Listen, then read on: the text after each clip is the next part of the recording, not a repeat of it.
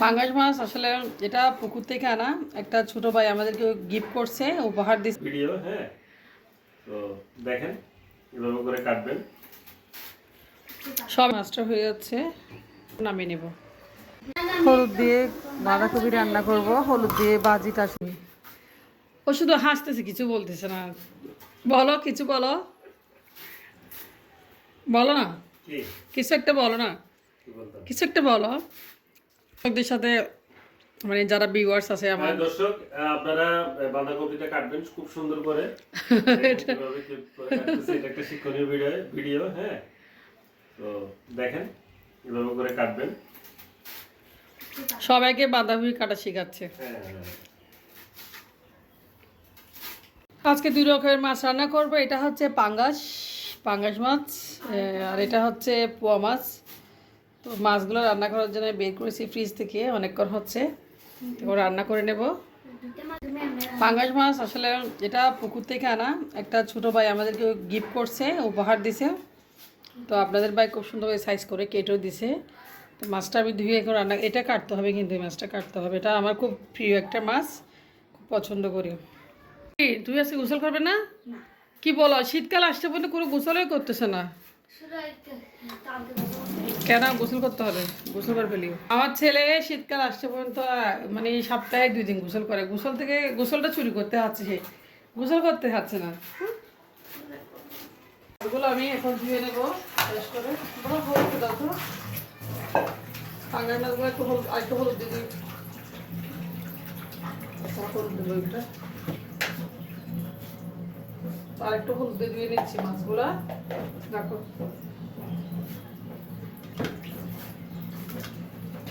অনেক বড় বড় পিস আসলে মাছগুলো, সবগুলো রান্না করছে।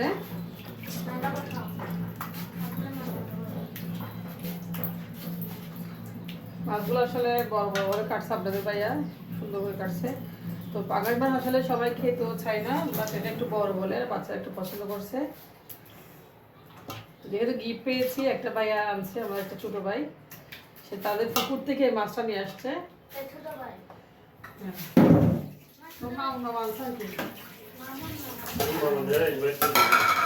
হ্যাঁ হ্যাঁ, ইনভাইট করবো, আমি ব্লগ করতেছি এখন, ভিডিও তোমরা আমি টাকা পয়সা দেখতেছো না।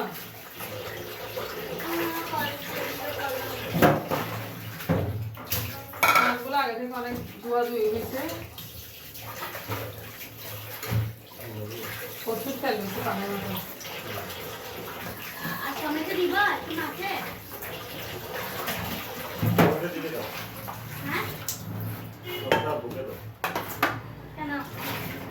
মাছগুলো ধুয়ে নিয়েছি, এবার রান্না করে নেবো। পিসগুলো বড় হয়েছে, তুমি মাছটা কি সুন্দর করে কাটছো, ভালো হয়েছে। তো তেল দিয়েছি, পাঙ্গাস মাছ যেহেতু আসলে তেল আছে পাঙ্গাস মাছে, তো তেল একটু কমে দিচ্ছি, যেহেতু পাঙ্গাস মাছে প্রচুর পরিমাণে তেল রয়েছে। পেঁয়াজ দাও, কেটে দিস দাও। তো পেঁয়াজটা ভেজে দিচ্ছি আমি। পেঁয়াজ একদম মানে দামটা একদম কমতেছে না, বুঝছো। টমেটো একটু বেশি লাগবে এখন। তো হলুদ দিয়েছি, প্রথমে দিয়েছি এখানে আমি অল্প পরিমাণে মরিচ। তো মশলাটাও দিয়ে দিই, মশলা সবগুলো দিয়ে একটু পাই দিয়েছি। মরিচ মশলা সব কিছু দিয়ে এখন লবণ দিয়েছি। তো মাছগুলো আমি আসলে আজকে ঝুল দেব না, একটু ভুনা ভুনা করে রান্না করব। পাঙ্গাস মাছ আমি সময় প্রজেক্টে বিভিন্ন ধরনের খাবার দিয়ে মাছগুলো আসলে হয় বড় করা হয়। এটা কিন্তু পুকুরের মাছ, একদম পুকুর থেকে নিয়ে আসছে, একটা ভাই আমার জন্য নিয়ে আসছে তুলে। তো অর্গ্যানিক একদম। কাঁচামরিচগুলো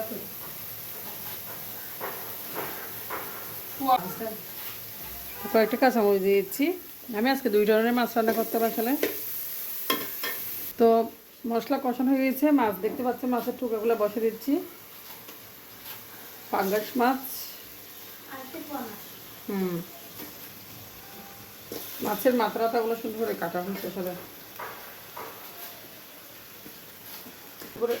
দেখো টমেটো দিয়ে বসে দেবো, মাছগুলো একটু উল্টাই দিই। আজকে কম ঝুলে মাছটা রান্না করবো একদম।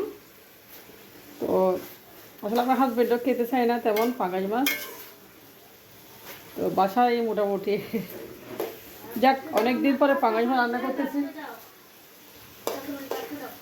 থাক কাঁচামরিচ থাক,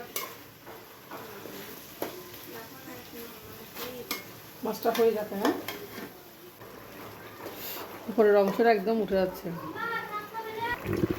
দই ভাতে দিয়েছি মাছে, মাছগুলা প্রায় হয়ে গেছে। টমেটো দিতে হবে, দিচ্ছি।